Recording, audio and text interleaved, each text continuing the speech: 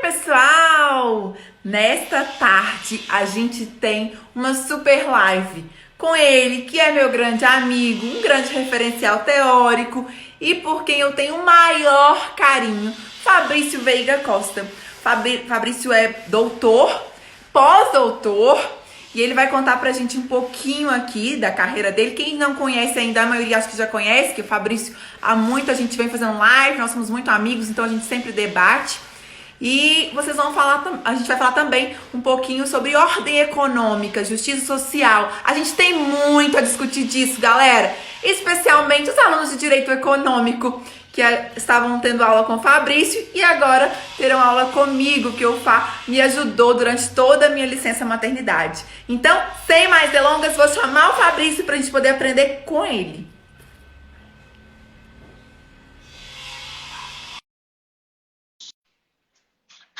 Enquanto o Fabrício vai chegando,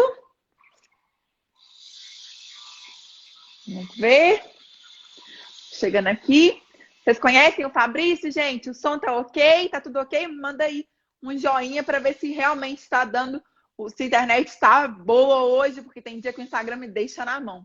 Enquanto o Fabrício entra. Eu já enviei o convite, mas ainda está demorando um pouquinho.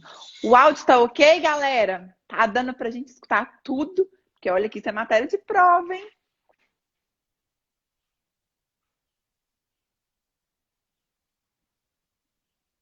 Bom, vou enviar de novo para ver o que aconteceu. Vamos ver se vai dar. Oi, Agora Grazi. sim! Oi, Fá! Boa tarde! Tudo bem? Boa tarde, galera. Tudo bem? Tudo. E você, Fá? Como é que tá Espero que aí todos em estejam. isolamento? A vida em cativeiro é uma coisa assim, é um teste de paciência, de reflexão, de tudo, né? É verdade. E é Uma difícil, né? revisitação. Ainda mais a gente que gosta tanto de uma sala de aula, Fá. Eu acho que é É, quase uma pena isso pra gente. mas a gente tem que. Tudo vem para a gente aprender alguma coisa e sair melhor, né? Eu acho que os acontecimentos eles sempre são iguais a todos. O que diferencia é a forma como cada um enxerga. Então eu tenho procurado enxergar isso como um momento de crescimento, né? E de Uhum. reflexão. Todos nós vivemos os mesmos acontecimentos, mas nós somos livres para escolher a forma como enxergaremos isso. Eu tenho procurado enxergar, por mais que seja trágico, de uma forma positiva. A gente tem até conversado muito sobre isso, né? A gente falar que nesse momento faz a gente refletir, a gente encontrar o caminho, ver o que realmente a gente quer, o que é importante. Muda tudo, né, Fá? Mas a gente aprende com tudo nessa vida, não é assim, Fá? E eu quero, inclusive, que você conte pra gente, porque tem algumas pessoas que ainda não te conhecem aqui. Então, quem não conhece, não deixa de seguir o Fabrício, fica logo aqui em cima, porque ele posta muita coisa bacana e é o gênio dos gênios em processo civil. Quem nunca teve aula com o Fabrício, não imagina o que é a aula dele. Gente, eu confesso que várias vezes, quando a gente tem aula no cursinho, e às vezes a minha aula é antes ou depois da dele, eu vou e fico lá assistindo a aula e pensando, como que cabe tanta coisa nessa cabeça? É um gênio esse É o menino. tamanho, Ah. é o tamanho da cabeça. Opa! Aí, então conta pra gente só uma coisa. Você já fez PhD, pós-doutorado em educação também, não foi isso? Sim, sim. Meu mestrado e meu doutorado é em direito processual e o primeiro pós-doutorado em educação e agora eu estou terminando um segundo pós-doutorado em psicologia. E aí, por isso que na semana que vem, não vai ser hoje, a gente vai falar um pouquinho de transexualidade, discriminação, e aí isso no ambiente de trabalho, como que é, mas deixa isso para a semana que vem. Enquanto Semana que isso, vem. Fá, vamos lá. Hoje a gente tem um tema que é um tema de direito econômico, especialmente para os nossos alunos de direito econômico. E muitos tiveram aula com você, e com o meu retorno da licença maternidade, eu vou aproveitar e pegar uma turma maravilhosa. São turmas que eu tenho certeza que são super interessadas, porque você desperta muito isso nas pessoas. E vamos começar então falando da ordem econômica. O que que a pandemia, na sua visão, essa pandemia do coronavírus, o que que isso afeta a ordem econômica? O que que isso muda na ordem econômica? Bem, primeiramente, obrigado pela oportunidade de poder compartilhar a disciplina de Direito Econômico com você, que é uma disciplina que me tirou um pouco da zona de conforto no momento em que me obrigou a repensar e a reestudar algumas questões desde o segundo semestre do ano passado, quando nós decidimos que eu assumiria a sua disciplina. Então, só para a gente contextualizar, o que é o direito econômico, né? Uhum. O direito econômico é uma área, é um ramo da ciência do direito que objetiva estabelecer premissas normativas, legais e constitucionais com o objetivo de regulamentar o exercício da atividade econômica de modo a proteger direitos coletivos, como, por exemplo, o direito do consumidor, como, por exemplo, a justiça social, como, por exemplo, a redução das desigualdades regionais, como, por exemplo, Meio ambiente, sustentável. a sustentabilidade, compatibilizar proteção ambiental com desenvolvimento econômico. Então, por mais que seja uma área do direito que não seja tão explorada pela OAB, pela advocacia, ela tem uma importância muito grande sob o ponto de vista coletivo, porque essa disciplina ela permite que ultrapassemos a visão individualista de um direito que veio proteger originariamente as relações entre particulares. Então, o direito econômico, ele objetiva tratar dos chamados direitos meta-individuais ou transindividuais, que são aqueles direitos que ultrapassam a esfera da individualidade, das relações privadas. E o direito econômico é um conjunto de normas que visa proteger a coletividade, regulamentando, normativizando o exercício da economia, de modo a garantir o exercício de direitos fundamentais a todas as pessoas de uma forma igualitária. Então, esclarecido isso, nós precisamos entender de uma forma breve o que é a ordem econômica, né?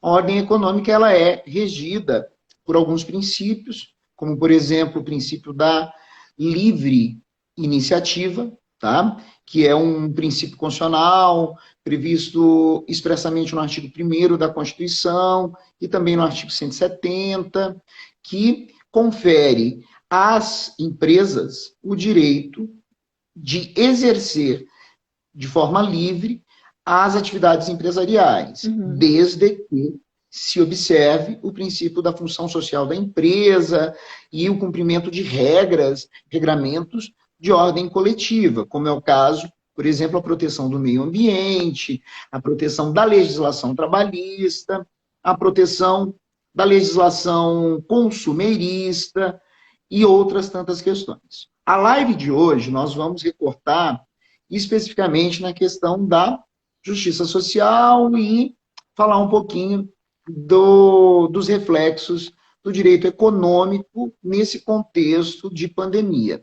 Nós já falamos em uma live anterior, tá? Que diante de uma situação atípica, que é a pandemia do coronavírus, cabe ao Estado, sob o ponto de vista constitucional, isso não é privilégio, nem favor que o Estado brasileiro fará para a população, caberá ao Estado brasileiro o dever de implementar, criar, planejar, executar políticas públicas no sentido de oferecer condições para que a população continue exercendo de forma igualitária os direitos fundamentais previstos no plano constituinte e instituinte. O que significa dizer isso? Significa dizer que o Estado ele não pode virar as costas para a sociedade civil Ele não pode atuar de forma omissa, de modo a obstaculizar ou até inviabilizar o exercício de direitos fundamentais previstos no plano constituinte e instituinte. Então, é por isso que algumas medidas foram tomadas pelo Estado brasileiro para permitir que as pessoas consigam continuar exercendo os direitos fundamentais, como é o caso do auxílio emergencial, como é o caso de algumas medidas provisórias que facilitaram a liberação de crédito para micro e pequenas empresas e algumas questões também procurando proteger os mais diversos setores da sociedade civil, de modo a compatibilizar ao máximo possível os interesses que muitas vezes são antagônicos, como é o caso, por exemplo, dos direitos trabalhistas, em face ou diante dos direitos do exercício da livre iniciativa, da atividade empresarial. Então, hoje, há uma preocupação muito grande por parte dos micro e pequenos empresários, empreendedores, de talvez quebrar, tá? De talvez não conseguir suportar os encargos trabalhistas, de não conseguir suportar esse período de pandemia. Então, aí vem o direito econômico, regulamenta algumas normativas, obrigando o Estado a oferecer condições para que essas empresas continuem no mercado, continuem preparadas para reativar as suas atividades, tá? Mas oferecendo também condições minimamente dignas para a população dos trabalhadores, para que a economia continue funcionando, talvez não da mesma forma, certamente não da mesma forma como anteriormente, mas que a economia não pare. Não entre em colapso mesmo também, né? Não entre em colapso. Daí a importância das normas jurídicas de direito econômico obrigarem o Estado a regulamentar essas questões de modo a não colapsar a economia e de modo a permitir que as pessoas consigam continuar exercendo minimamente os direitos fundamentais previstos no plano constitucional. Fá, e eu sempre falo direito econômico, eu não sei se para você foi assim, mas para mim foi um desafio muito grande. Eu venho do direito do trabalho, eu sou, você sabe, apaixonada com o direito do trabalho, e aí eu sempre venho com aquele viés social, e você também é assim. Você tem um viés social pulsante, assim, então é muito difícil às vezes a gente falar, não, tem que ser liberal, isso pra gente é praticamente impossível. E aí quando a gente lê na Constituição, o artigo que você tão bem explicou aí do direito econômico, da finalidade, especialmente o 170, é uma tentativa mesmo, né, de equilíbrio do capitalismo, da nossa ordem que é capitalista, com o social. E se a gente não tem esse equilíbrio, a gente entra realmente em colapso. Ah, mas vai ter gente que... vou ter muito mais condições, vou poder fazer muito mais coisas. Aí a gente exacerba o individualismo a ponto de a gente ter uma desigualdade muito maior. Então, acho que o direito econômico, ele trouxe para a gente um equilíbrio, uma busca de equilíbrio na Constituição de 88. E esse é o legal, o desafiador. E eu acho que você trabalhou tão bem nas turmas, você conseguiu passar isso tão bem, e tão bem agora você explicou. E quando você mostra esses direitos, que vêm inclusive os direitos meta-individuais no direito econômico, eu sempre falo que ele funda em 4 pilares. E esses 4 pilares, os 4 valores, valorização do trabalho humano, não tem como a gente ter valorização do trabalho humano se não tem um ambiente qualificado, se não tem um ambiente que seja bom de trabalhar, que seja algo que dignifique a gente. Não tem como a gente falar de valorização do trabalho humano numa ordem econômica se não são pagos os direitos trabalhistas. Se esse trabalho não está sendo reconhecido. Como também vem o segundo pilar para a gente da livre iniciativa. Cada um tem liberdade para escolher o que quer fazer, como quer fazer, mas o Estado ele tem que propiciar para a gente as condições. Porque senão... Ah, mas eu posso ser o que eu quiser. Será que realmente, se a gente pegar qualquer pessoa hoje na cidade, na nossa região, pode fazer o curso que quiser? Será que vai ter condições de pagar? Será que o Estado realmente oferece a educação que todo mundo vai ter condições de entrar numa faculdade X, Y, num curso X ou Y? Então, acho que o direito econômico faz a gente pensar muito isso. E, além disso, a existência digna. Se a gente não tem uma existência digna, o que vai valer a pena na vida? E aí, por trás desses 3 valores e mais a justiça social, completando o 4º valor, a gente fica pensando como que são as condições que o Estado deve propiciar para a gente. E num momento de crise como esse, a gente vê claramente o que é uma necessidade de uma política pública, de um governo realmente eficiente, que reconheça a sociedade, que pense no interesse público. E aí, como você falou, o governo já trouxe a linha de crédito, trouxe o benefício. Então, é muito complicado, porque o governo teria que estar muito alinhado com a sociedade para ver, será que esse benefício realmente vai atender? Será que todo mundo vai conseguir manter o emprego, manter a renda? Como que vai ser? Hoje eu recebi a notícia que o BH Shopping demitiu 3.000 funcionários. Então, aí a gente começa a pensar, será que está sendo eficaz essa medida que o governo trouxe? E isso, para mim, está dentro do direito econômico, porque vai afetar diretamente a educação, vai afetar a segurança pública, tudo por aí vai ter reflexo, né, Fá? Eu acho. Então, eu quero mandar um beijo para Dani Bonacossi, que fez doutorado comigo, está aqui na live. Obrigado, Dani. Estou morrendo de saudade de você e todos os alunos aí. Estou vendo vários alunos. Eu vi que o Lucas entrou, Márcia Costa estava aqui com a gente. O professor Flávio Gurgel também, obrigado. Os professores. Não consigo acompanhar tudo, mas alunos de Divinópolis, Pedro Leopoldo, Belo Horizonte, Pará de Minas, Itaúna. Muito legal ver todo mundo aí. Obrigado pela presença. Deixa eu colocar 2 questões importantes. O direito econômico, para compreender o direito econômico, você tem que rodar a chave no sentido de que eu vou pensar o direito não mais sob a perspectiva individual. Sim. Mas sim numa perspectiva coletiva. E segunda questão importante. Vai pensar além do próprio umbigo. Vai pensar além do próprio umbigo. No Brasil, nós somos uma sociedade que temos dificuldade de pensar de forma coletiva porque nós não sabemos o que é alteridade. Nós não reconhecemos o outro igual no que atine ao exercício de direitos. Tá? O que significa dizer? Principalmente a classe média brasileira, não generalizando, mas isso é um comportamento muito comum, ela não reconhece os seus trabalhadores como iguais em termos de direitos. E aí nós não conseguimos construir a alteridade, que é um comportamento, que é um pressuposto básico para o entendimento crítico do direito econômico. Tá? Uma outra questão muito importante de ser ressaltada é que, como nós temos um individualismo muito exacerbado na sociedade brasileira, nós estamos acostumados com muito pouco que é oferecido pelo Estado. Então, qualquer migalha que é oferecida pelo Estado é considerada suficiente ou digna de aplauso pela sociedade brasileira, pela coletividade, que não está acostumada a gozar de políticas públicas efetivas.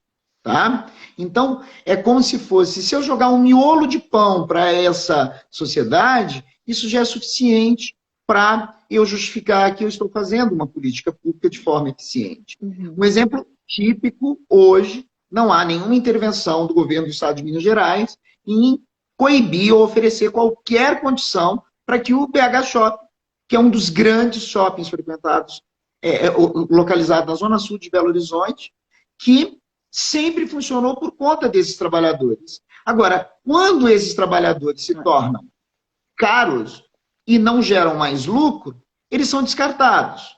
Beleza, essa é a visão do empresário. Mas o Estado, ele não intervém. Ele acha que ele não tem responsabilidade com relação a isso. Por quê? Porque nós não temos a construção de um conceito de autoridade. Eu não reconheço o outro como igual a mim no que diz respeito ao exercício dos direitos fundamentais. Isso dificulta muito o entendimento por parte da coletividade quando se implementa políticas públicas. É por isso que, por exemplo, uma das políticas públicas regidas pelo direito econômico, pelo direito coletivo, é, por exemplo, o ProUni. Tá? O ProUni, cotas raciais, cotas sociais, que são políticas públicas destinadas a setores específicos da sociedade. Aí qual a visão que muitas vezes o brasileiro tem? Ah, meu filho, ele é branco, sempre estudou em escola particular, ele será prejudicado. Mas o seu filho branco teve as mesmas condições que aquele sujeito que está se beneficiando de cotas. Uhum. Você conseguiu se colocar no lugar daquele sujeito que é beneficiado por essa política pública? Uhum. Ou quando a gente pega exemplos, uma outra política de inclusão social, o Bolsa Família, tá? Eu garanto que a classe média, a grande maioria da classe média brasileira, que não tem bagagem filosófica, não consegue entender qual a importância, o desdobramento dessa política pública para o destinatário final. Uhum. Muitos nem sabem quem são esses destinatários finais. Então é importante que a gente venha com alguns dados até para impactar e problematizar essas questões nessa live. Nós somos um país que temos uma quantidade significativa de pessoas abaixo da linha da pobreza. O que é uma pessoa abaixo da linha da pobreza? É uma família que vive com menos de 1/4 do salário mínimo por mês. Menos de 1/4 é menos de R$250. Tá? R$250. Se nós temos 30 dias, é em torno de R$8 por dia que essa família pode gastar para se manter e cobrir todas as despesas. Nós não sabemos ainda, e muitas vezes não paramos para pensar, da quantidade significativa de pessoas, tá? De pessoas que moram em bolsões de pobrezas. Quando eu falo em bolsões de pobreza, eu falo em favelas, que a grande maioria, em todos os lugares tem, e temos também as residências de palafita, que são aquelas favelas construídas em cima do rio ou em cima do mar, em que as pessoas elas não têm o quê? Identidade. Antes da gente falar em justiça social, essas pessoas elas não existem para o Estado porque elas não têm endereço. Uhum. Então, se eu quiser, por exemplo, perguntar o endereço de uma pessoa que mora numa favela, eu não consigo, às vezes, mandar uma correspondência para ela. Por quê? Porque ela não existe para o Estado. O Estado não está lá presente para quê? Para colocar endereços. A casa dele não tem um número. E a gente, às vezes, não para pensar isso. Fabrício, imagina agora, nesse período em que muita gente fala, tá tudo normal, a gente pode comprar pela internet. Vai entregar onde para esse pessoal se não tem como ter um endereço? Estão fora da ordem econômica. Estão fora da ordem econômica. O que acontece também, e aí eu queria sugerir que as pessoas estudassem e lessem um pouco mais sobre favela de palafita. Uhum. Nós não sabemos a quantidade de pessoas, por exemplo, em Santos e no norte do país, Santos, Sudeste, estado de São Paulo, tem uma favela de palafita enorme. O que é favela de palafita? São aquelas construções de madeira feitas em cima do mar. Não tem saneamento básico, não tem água potável, joga lixo e esgoto no rio, e essas pessoas elas convivem com os ratos e todos os tipos de doença. Né? E, para ressaltar ainda, essas pessoas elas não têm endereço. Tá? Problematizando essas questões, tem uma autora espanhola que se chama Adela Cortina, que ela estuda o fenômeno que se chama aporofobia. Tá? O que é a aporofobia? É o ódio ao pobre. O que é o ódio ao pobre? É o não reconhecimento. É o não reconhecimento do pobre como igual no que atinge ao exercício de direitos. E isso, quem faz isso de uma forma clássica, somos nós, todos os dias. Nós não reconhecemos o pobre, o excluído, como igual a nós no que diz respeito ao exercício de direitos fundamentais. Por quê? Porque nós temos, de uma forma explícita ou velada, um ódio à desigualdade social. Por quê? São esses pobres que vão nos assaltar, são esses pobres que vão pedir esmola no semáforo, são esses pobres que vão gerar violência. Então, o próprio sistema econômico estimula as pessoas a naturalizarem e a robustecer esse sistema, essa estrutura de exclusão social. Porque se eu não consigo me colocar no lugar do outro, e o outro não consegue dialogar comigo, essa desigualdade social não vai deixar de existir. Então, além dessas pessoas que vivem em favelas de palafita e bolsões de pobreza, nós temos as pessoas em situação de rua. Então, primeira coisa, gente, não existe esse termo morador de rua, porque ninguém mora na rua. Existem pessoas em situação de rua. A própria expressão morador de rua já é segregacionista.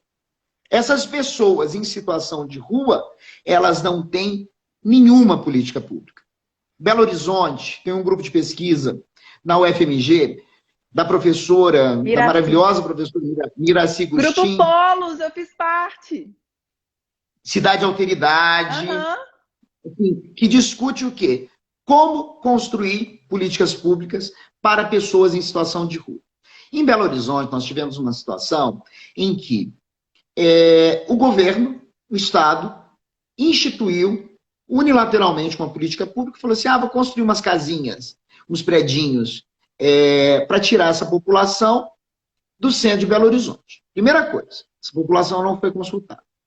Segunda coisa, o Estado resolveu fazer isso, não é porque ele estava preocupado com aquelas pessoas, necessariamente. É porque ele estava preocupado com os empresários que estavam incomodados, aquelas pessoas atrapalharem o comércio no centro. E no momento em que eles não ouviram essa população em situação de rua, não se sentiu pertencente a essa política pública. O que aconteceu? Todo mundo recebeu os predinhos, vendeu e voltou para as ruas. Qual a visão que a classe média tem? Tá na rua porque quer. Desgraçados. Tá na rua porque quer. E aí, o grupo da professora Miraci Gustin foi o quê? Fazer uma pesquisa para entender por que essas pessoas voltaram para a rua. Por que elas venderam? Tá? E aí, o que ela concluiu? Concluiu que as pessoas em situação de rua, elas não queriam sair da rua. Elas queriam que o Estado oferecesse condições para elas permanecerem na rua. Então elas não queriam uma casa. Elas queriam um banheiro para elas tomarem banho e fazerem as necessidades básicas. Por quê? Porque rua, para eles, é sinônimo de liberdade.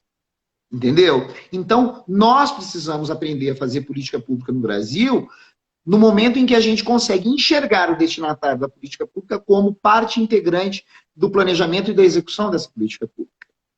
Então, nenhum país do mundo que pensa em se construir democraticamente pode pensar que fazer política pública é o quê?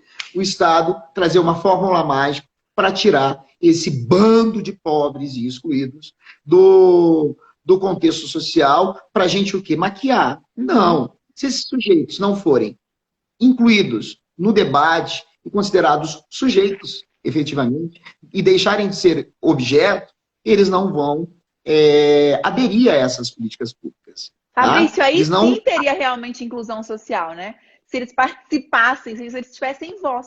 Porque, na verdade, o que eu vejo das políticas, ela é pensada por uma minoria que nunca viveu naquela condição, que não consegue imaginar o que é aquilo. Então, eles não têm voz, eles não são ouvidos por essas pessoas que fazem as políticas. Então, é a mesma coisa, assim, de, por exemplo, alguém vir, eu colocando assim num contexto bem banal do cotidiano.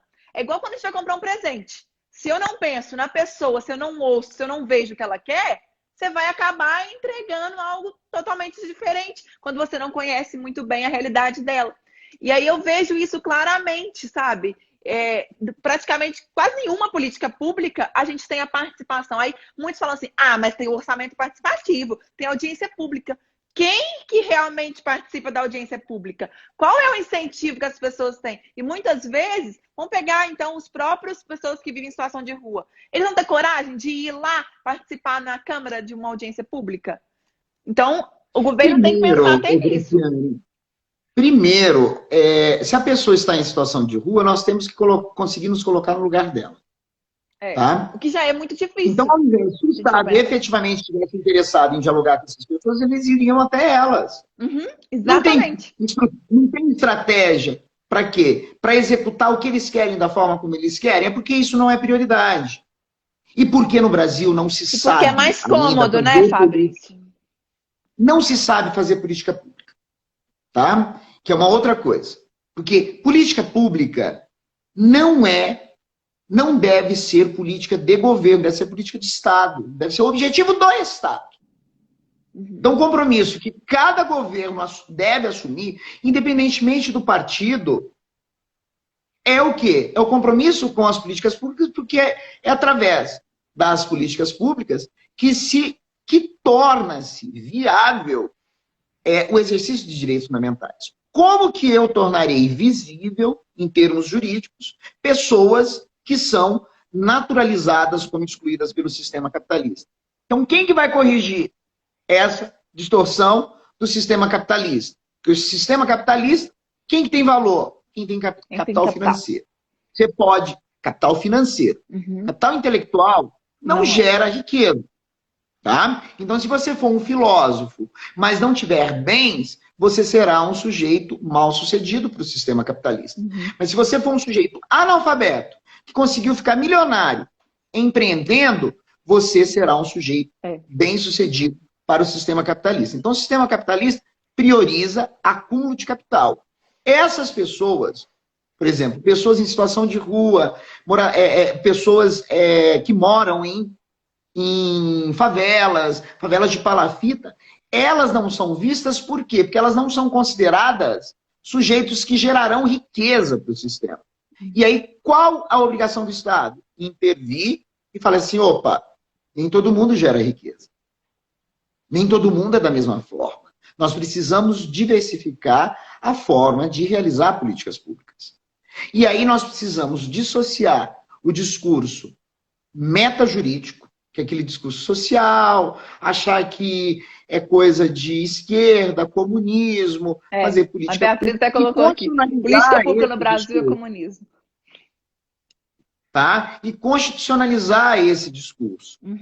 E aí vem aquela clássica pergunta, né? Que eu sempre faço para os alunos, ou na disciplina de processo coletivo, direito coletivo, agora com a oportunidade de dividir a disciplina com você. O que você faz enquanto cidadão, individualmente, para quê? Para mudar o microsistema do local onde você vive.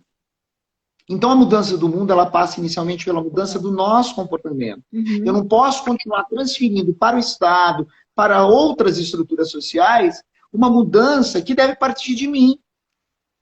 Tá? Então, o reconhecimento do direito do outro pressupõe obrigatoriamente o reconhecimento, o autorreconhecimento de que o outro é igual a mim, pelo menos em termos jurídicos. E que essa desigualdade ela foi construída pelo sistema capitalista.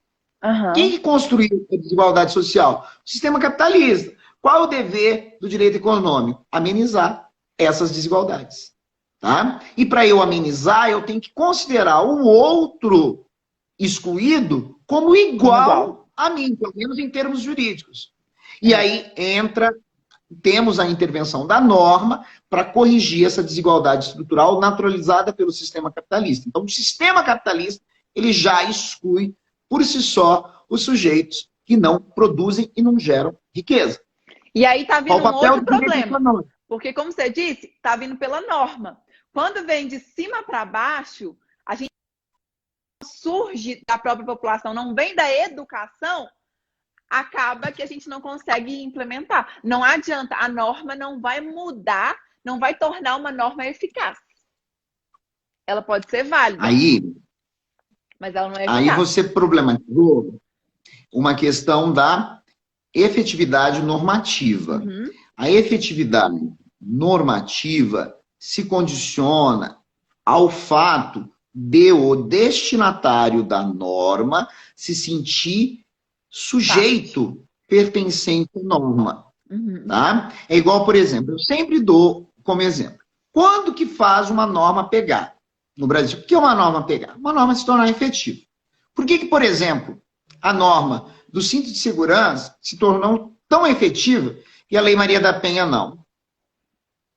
Qual foi a estratégia utilizada? Por exemplo, hoje, a grande maioria, quando entra no carro, pega o cinto de segurança. Isso foi uma norma instituída no Brasil a partir de 97. Então, o Código de Trânsito, nesse aspecto, foi efetivo.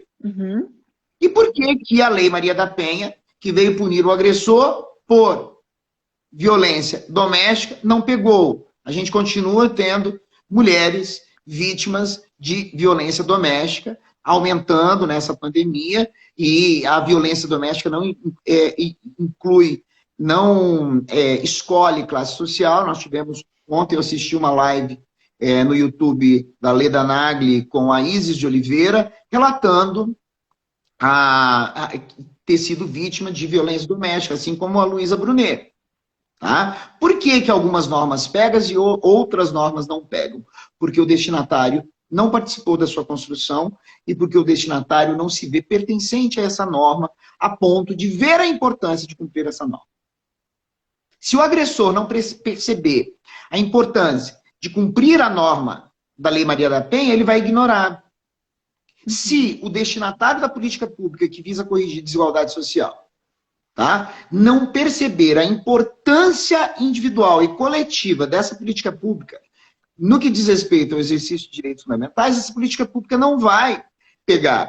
É o mesmo que acontece, é uma crítica que a gente faz, por exemplo, aquele sujeito que recebe o Bolsa Família e vai tomar pinga. Existem casos assim. É o sujeito que não conseguiu entender a proposta da política pública. Mas por que ele não conseguiu entender? Ele nunca foi sujeito para entender essa política pública. Ele só sabe que ele tem o direito do quê? De receber lá o dinheiro da Bolsa Família. Mas ele não sabe o porquê desse dinheiro. Alguém tinha que explicar o porquê. Alguém tinha que explicar que isso é política pública, de inclusão, que a destinação desse dinheiro tem que ser o quê?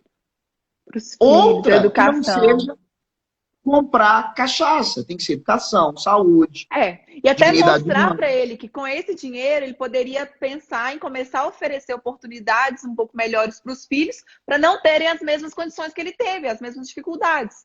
Mas ele não tem essa consciência. Ninguém nunca falou isso com ele. Ele nunca participou dessa distribuição de como que esse dinheiro viria. Ele não sentiu parte, ele não foi incluído no processo.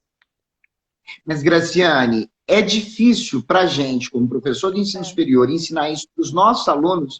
Imagine para uma pessoa que está fora da escola, que não consegue enxergar o outro, que foi criado num sistema individualista. Nós precisamos ser insistentes em trabalhar pela luta dos direitos fundamentais, orientando as pessoas com conhecimento científico, não com informação. Não é a informação que garantirá, tá, a inclusão e a igualdade. É o conhecimento. E isso é a mudança de estrutura. Até quando o sistema capitalista será a única finalidade? O único objetivo do Estado? Eu fico, por exemplo, ouvindo, precisamos retroceder nos direitos fundamentais sociais dos trabalhadores por conta do desemprego. Precisamos fazer uma reforma da Previdência por conta do déficit. Até antes de você continuar, isso me dói tanto, porque uma das coisas que eu ouço, e ouço muito isso em sala de aula, tá tendo crise, tinha que diminuir os direitos, realmente os direitos trabalhistas aqui geram crise nas empresas, paga muito mais. E aí é onde, dentro do direito econômico, eu sempre trabalho, gente, não é a gente pensar no ciclo virtuoso e no ciclo vicioso. Se as pessoas são mal remuneradas, se elas são excluídas da ordem econômica, elas não vão consumir. Se elas não podem fazer parte dessa ordem econômica, não vão conseguir consumir, vai diminuir o número de empregos. A longo prazo, a gente diminuir os direitos trabalhistas, reduzir salário, como, infelizmente, a medida teve que fazer agora. Mas é por uma política emergencial. Mas será que o governo realmente precisaria? O Brasil foi uma das políticas menores, assim, que foram mais achatadas nesse momento. A gente tem país, por exemplo, que está pagando o mesmo salário, mantendo. A gente não manteve salário, ao contrário do que muitos falaram. E aí, então, eu sempre trabalho exatamente isso, ciclo virtuoso. Maiores salários, maiores condições de consumir, maior número de empregos. O que a gente vai ter agora é exatamente aí, até para a gente poder pensar na ordem econômica na pandemia, vai ser diminuir a renda, vai diminuir o consumo e vai diminuir o número de empregos. A longo prazo, desemprego, gente. Desemprego. E agora, sabe uma outra coisa que eu gostaria de acrescentar? Uhum. Eu não posso fazer afirmações peremptórias e universais sem saber especificamente os fundamentos disso. Eu já ouvi diversos professores de direito, alunos de direito, como se fossem papagaios de pirata, dizendo que existe o déficit da Previdência Social. Aí você pergunta, qual a fonte? Com base em quê? Eu já vi professores de direito, e você sabe que não são poucos, tá? Dizendo que nós precisamos diminuir direitos para reduzir desemprego. Diminuiu? Foi feita a reforma trabalhista. E o índice de desemprego antes da pandemia aumentou e vai aumentar agora. Porque a justificativa será o quê? A pandemia. Então, de tempos em tempos, eu tenho o Estado justificando o seu fracasso de implementar políticas públicas de inclusão. Tá? Então, uma hora é porque tem muito direito trabalhista, outra hora é porque tem muito direito previdenciário, outra hora é porque veio a pandemia. E aí o Estado, isso eu estou falando independentemente de partido político, o Estado, ele se esconde por detrás dessas falácias. E nós não temos, e aí a gente não constrói uma política efetivamente de Estado, não é uma política de governo. Política pública tem que ser política de Estado. O objetivo do Estado democrático de direito. Ela é a lei não do é governo, independe de quem está no governo, ela permanece.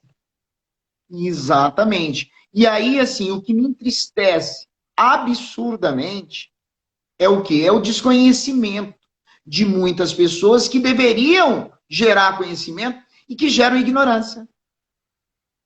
É. E que geram ignorância. Fá, Isso é, assim, só para a gente de matar. fechar a ordem econômica, veio mais uma coisa aqui que eu acho que a gente não vai deixar de falar. O governo se disse muito surpreso agora quando ele liberou o Corona Voucher de R$600. Se eu pensar, não é nem um salário mínimo para as pessoas que agora tiveram a renda reduzida a quase nada, e alguns não tiveram nem renda, porque são trabalhadores informais, por exemplo. E aí o governo se disse surpreso com o número de pessoas que precisou receber isso. Só que há pouco tempo a gente teve uma reforma trabalhista que incentivou exatamente a informalização do trabalho, que incentivou a não ter a carteira de trabalho anotada, porque compensa eu montar uma empresa, eu ainda vou montar e eu acabo trabalhando sem carteira assinada, sem receber férias, sem 13º, sem nada. Então, as nossas políticas, elas muitas vezes estão descompassadas. Se incentivou a reforma trabalhista, acabou levando a informalidade, aumentar a informalidade, apesar de já ter, mas ela aumentou muito. Aí agora, de repente, o governo se disse surpreso com o Corona Voucher. Então, É porque, Gra, as pessoas não conseguem pensar políticas públicas com metas a curto, médio e longo prazo. Normalmente se planeja uma política pública no Brasil pensando em benefício imediato. E não é assim. Não é. Não pode Demora. ser assim. E ela realmente ela é para ser prolongada, porque ela vai aos poucos. Tem que ter a conscientização. E para a gente ir para o último assunto, porque senão só faltam 10 minutos, vamos para a justiça social. E aí, quando a gente fala de justiça social, não tem como eu deixar de te pedir para falar um pouquinho de judicialização da saúde, que tanta gente fala. E aí, pensando na justiça social, a gente pensar na implementação de políticas públicas, as pessoas poderem ter o acesso à justiça para buscar a implementação dessas políticas públicas e dos direitos fundamentais. A gente pensa no acesso à educação, no acesso à saúde. E aí vamos primeiro na saúde, que agora é um momento crucial. Judicialização da saúde. Como que você vê isso? Como que você trabalha? Como que é o acesso à justiça para isso? Bem, saúde é um direito fundamental. Enquanto direito fundamental tem que ser interpretado de forma extensiva, sistemática e de modo a privilegiar os aspectos individuais e coletivos da dignidade humana. Essa é a premissa básica. Os critérios para eu interpretar esse direito fundamental devem ser critérios jurídicos, não metajurídicos. Ou seja, não vejo com bons olhos a interpretação do direito fundamental à saúde a partir do princípio da reserva do possível, que é um princípio que se utiliza de critérios econômicos, finitude de recursos econômicos para justificar a inviabilidade do exercício igualitário do direito fundamental à saúde. Uhum. Se for para a gente discutir teoria dos direitos fundamentais com base em argumentos econômicos, a gente tem que repensar o direito todo constitucional. Não vai ter direito Eu vou fundamental. reduzir direito à saúde porque não tenho condições de pagar para todo mundo. Muda a Constituição, então. Eu não posso criar critérios hermenêuticos Frankenstein para quê? Para querer interpretar uma Constituição democrática a partir de premissas liberais. Não dá para fazer isso, né? Uhum. Sinceramente, não dá. Então, a visão que eu tenho é que, comprovando-se efetivamente a necessidade do cidadão que não consegue arcar com o pagamento de algum tratamento médico, hospitalar ou medicamentoso, é dever do Estado. Agora, o Estado, e principalmente o Poder Judiciário, por quê?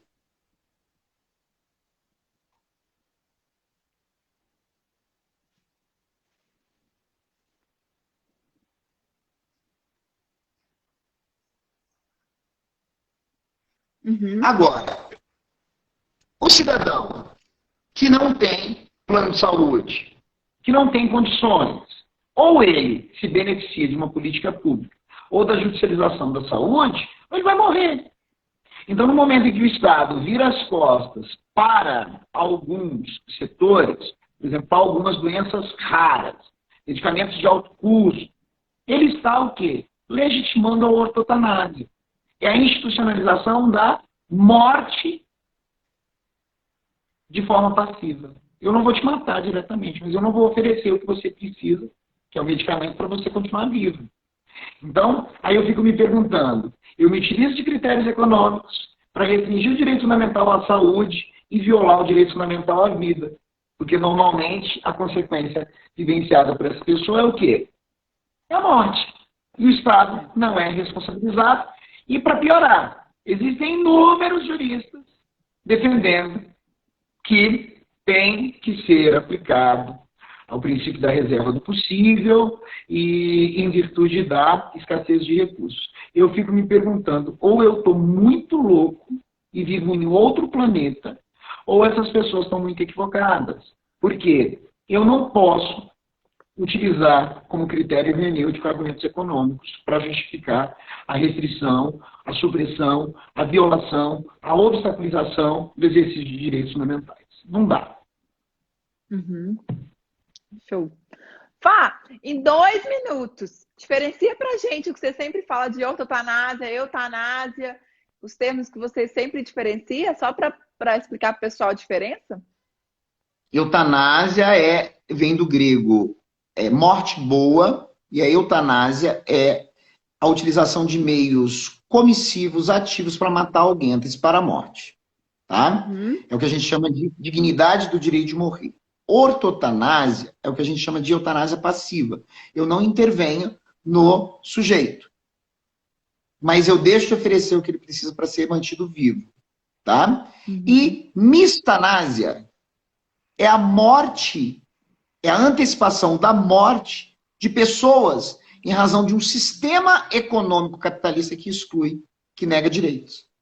A gente pode falar em mistanásia também nesse caso. Mistanásia é a morte de pessoas miseráveis, que o Estado, tá, vira as costas, negando o direito fundamental à saúde. Então a gente pode pensar tanto na ortotanásia nesse momento, quanto numa mistanásia, por exemplo, em alguns casos. Mistanásia é negativa de política pública que gera consequências no que diz respeito ao direito, ao exercício do direito à saúde e ao direito à vida. Uhum. A Nilza está pedindo para você falar de novo a última, que é a mistanásia. A mistanásia é o quê? É a morte, a antecipação da morte de pacientes por razões econômicas de miserabilidade. Tá? É o sujeito que morre na fila do SUS por negativa de atendimento.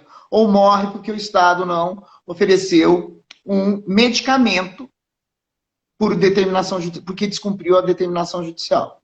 Então, além de ter um crime de desobediência, nós tivemos aí a antecipação da morte em razão da condição de miserabilidade naturalizada pelo sistema capitalista e ratificada pelo direito. Então, o direito, eu sempre falo, a ciência do direito, ela gera violência, exclusão, marginalidade, ela não garante a igualdade no momento em que nós, juristas, fechamos os olhos para isso e enxergamos o direito sob a ótica economicista, metajurídica, axiológica.